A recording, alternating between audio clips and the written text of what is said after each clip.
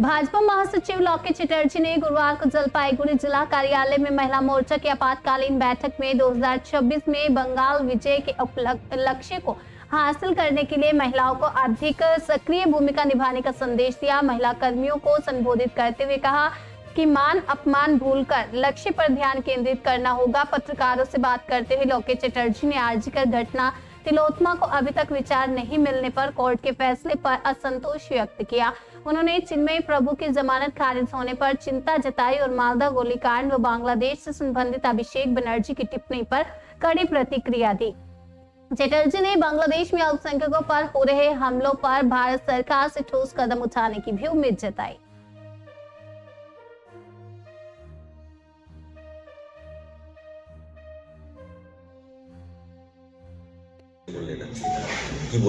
দেখুন, এরকম তো প্রথম না, অনেক আমি ডায়মন্ড হারবার দক্ষিণ চব্বিশ পরগনা বলুন, সাউথ চব্বিশ পরগনা বলুন, বিভিন্ন জায়গায় শুধুমাত্র পাওয়ারের জন্য, টাকা পয়সা সিন্ডিকেটের জন্য একে অপরকে গুলি করতেও তারা মানে কিছু মনে করে না।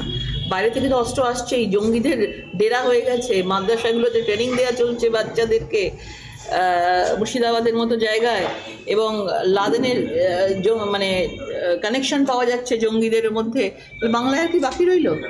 মানে বাংলা আর সেই বাংলা আমাদের কাছে নেই। বাংলা এখন সন্ত্রাসের বাংলা, গুলি বন্দুকের বাংলা হয়ে গেছে। এই যে মাদ্রাসা কথা যেটা বললেন আপনি, বিভিন্ন জায়গায় যে মাদ্রাসাগুলো রয়েছে সেখানে কি নজরদারি অভাব রয়েছে? নিশ্চয়ই। তারা নজরদারি করবেটাকে, কারা নজরদারি করবে? যেই রক্ষক সেই ভক্ষক।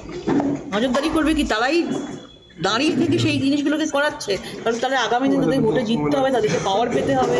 সেই জন্য তাদেরকে এই ধরনের জিনিসপত্র দরকার আছে, মানুষকে ভয় দেখিয়ে বিকিং করে ভোট করানো।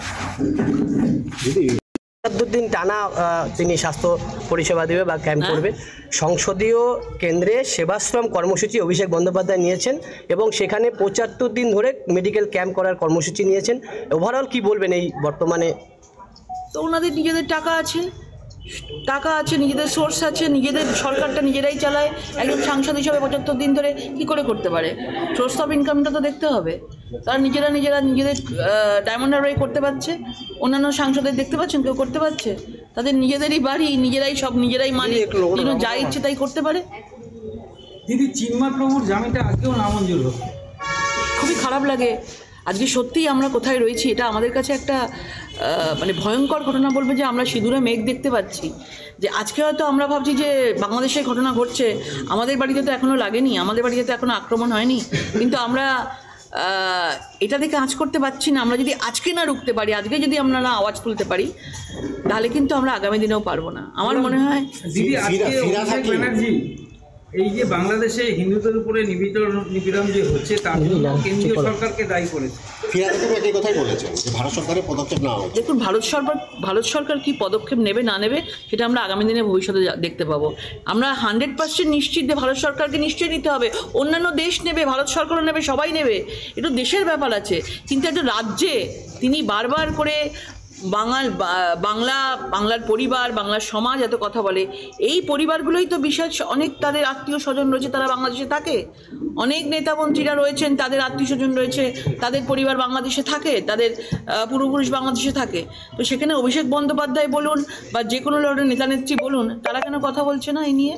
আর ফিরাদ হাকিম তো ছেড়েই দিন। যেখানে তিনি মিনি পাকিস্তান বলতে পারেন, যেখানে তিনি বলতে পারেন যে লঘুকে আমরা সংখ্যাগুরু করে দিতে পারি, এই ধরনের কথা যারা বলতে পারে, আমার মনে হয় এদেরকে এই পদে না থাকাই ভালো। দিদি, এক্স স্যান্ডেলে দিলীপ ঘোষ পণ্য বয়কটের ডাক দিয়েছেন।